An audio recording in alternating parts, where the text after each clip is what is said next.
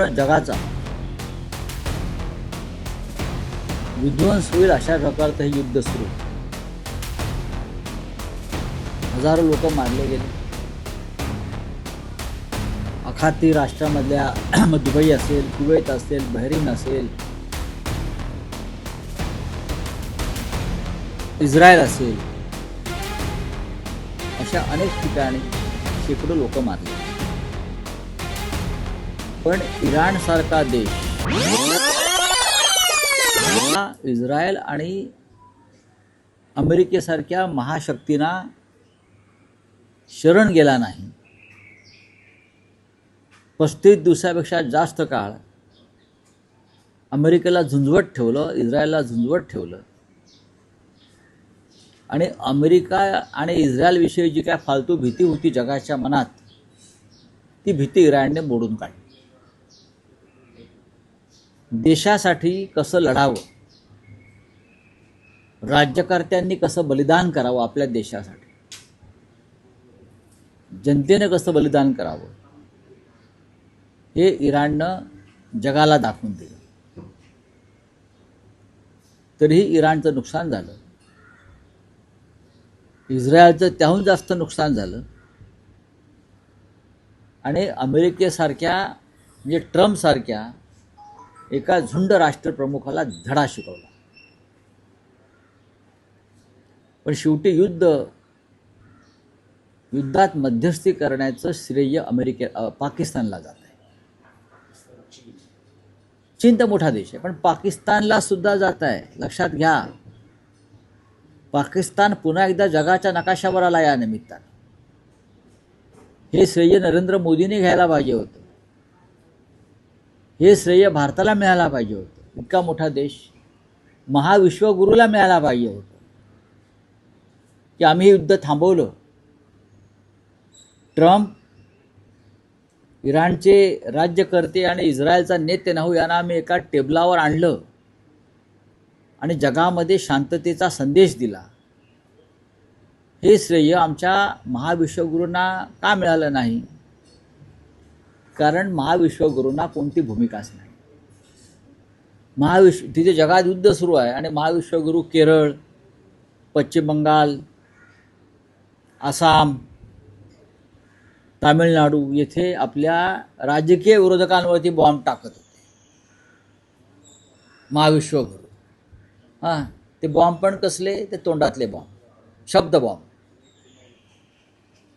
आणि यांची हत्यारं काय? महाविश्वगुरूची निवडणूक आयोग, सर्वोच्च न्यायालय, देशाचे उपराष्ट्रपती यांच्या माध्यमातून लोकशाहीचा विध्वंस करण्याचं काम या देशामध्ये आमचे महाविश्वगुरू करत होते. आणि तिकडे जागतिक युद्ध थांबवण्याचं श्रेय हे चीन आणि पाकिस्तानने घेतलं आहे. शांती बैठक इस्लामाबादला होणार आहे, लक्षात घ्या. जे इस्लामाबाद तुम्ही ऑपरेशन सिंधूरमध्ये ताब्यात घेणार होतात, ऑपरेशन सिंधूरमध्ये ताब्यात घेणार होतात, तिथे तुम्ही तुमचा झेंडा भाजपचा फडकावणार होतात, तिथे प्रेसिडेंट ट्रम्प, नेतन्याहू, इराणचे राज्यकर्ते बसून जागतिक शांततेवर चर्चा करणार. भारतासाठी अत्यंत लाजिरवाणी गोष्ट आहे. भारतासाठी, हिंदुस्थानसाठी आणि प्रधानमंत्री मोदींसाठी आणि त्यांच्या संपूर्ण सरकारसाठी. कसले विश्वगुरू, कसले महाविश्वगुरू? पाकिस्तानला जी प्रतिष्ठा यामुळे प्राप्त झाली त्याला जबाबदार नरेंद्र मोदी आहेत आणि त्यांचं सरकार आहे भंपक आणि डरपोक. म्हणजे खऱ्या अर्थानं रुकवादी पापा. युक्रेन आणि रशियाचं युद्ध सुरूच आहे, वॉर रुकवादीवाले. आणि आत्ता या क्षणी प्रेसिडेंट ट्रम्प जर पाकिस्तानचे आभार मानत असेल तर ही भारताला मारलेली चपराक आहे, मोदींना मारलेली चपराक आहे. प्रेसिडेंट ट्रम्प हे जर पाकिस्तानला थँक्यू म्हणत असतील, चीनला थँक्यू म्हणत असतील, आणि हे दोन्ही आमचे शत्रू राष्ट्र आहेत, लक्षात घ्या, तर ही भारताला मारलेली सगळ्यात मोठी चपराक मोदी काळामध्ये आहे. खरं म्हणजे मोदीने आता सत्तेवर राहण्याचा अधिकारच नाही. भारताची परिस्थिती अवस्था या काळामध्ये मोदींमुळे डरपोक उंदरासारखी झाली. इतक्या मोठ्या घडामोडी आशिया खंडात घडत असताना हिंदुस्थानच्या पंतप्रधानांनी काय करावं? टेलिफोन ऑपरेटरचं काम केलं. टेलिफोन ऑपरेटरचं काम केलं.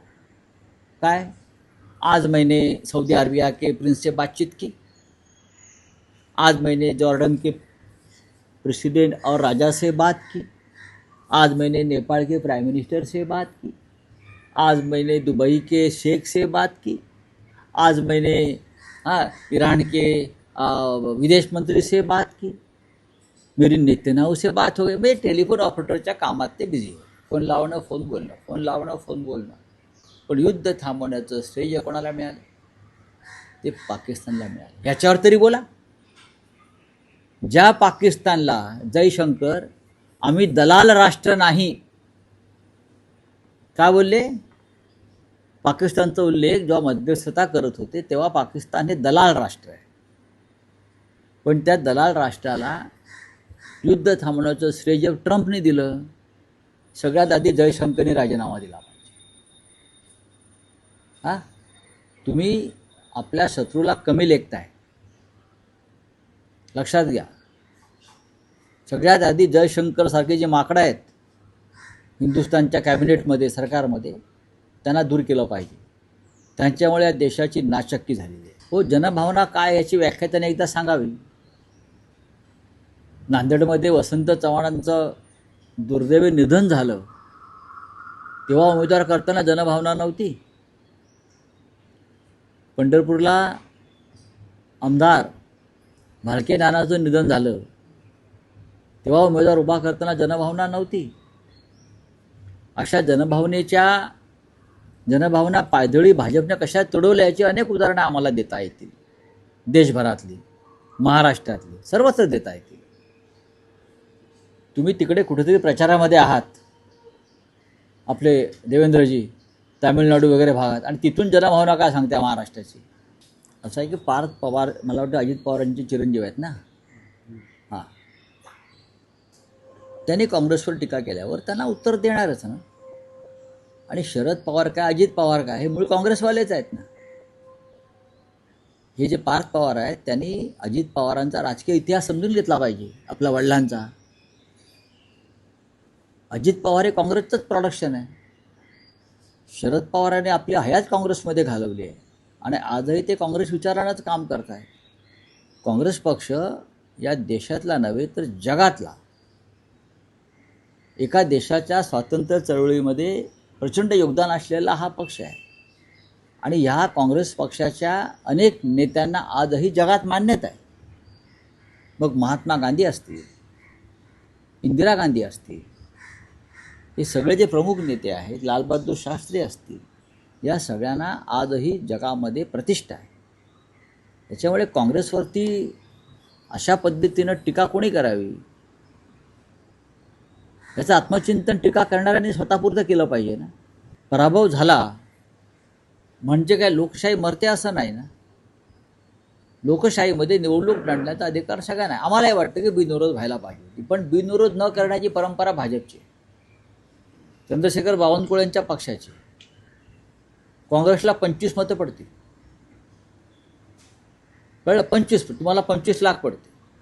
पण लोकशाहीमध्ये विरोध हा व्हायला पाहिजे, विरोध व्हायला पाहिजे. राहुरीमध्ये, अन्य ठिकाणी, सर्वत्र तुम्ही पण याच पद्धतीनं काम केलं ना आतापर्यंत.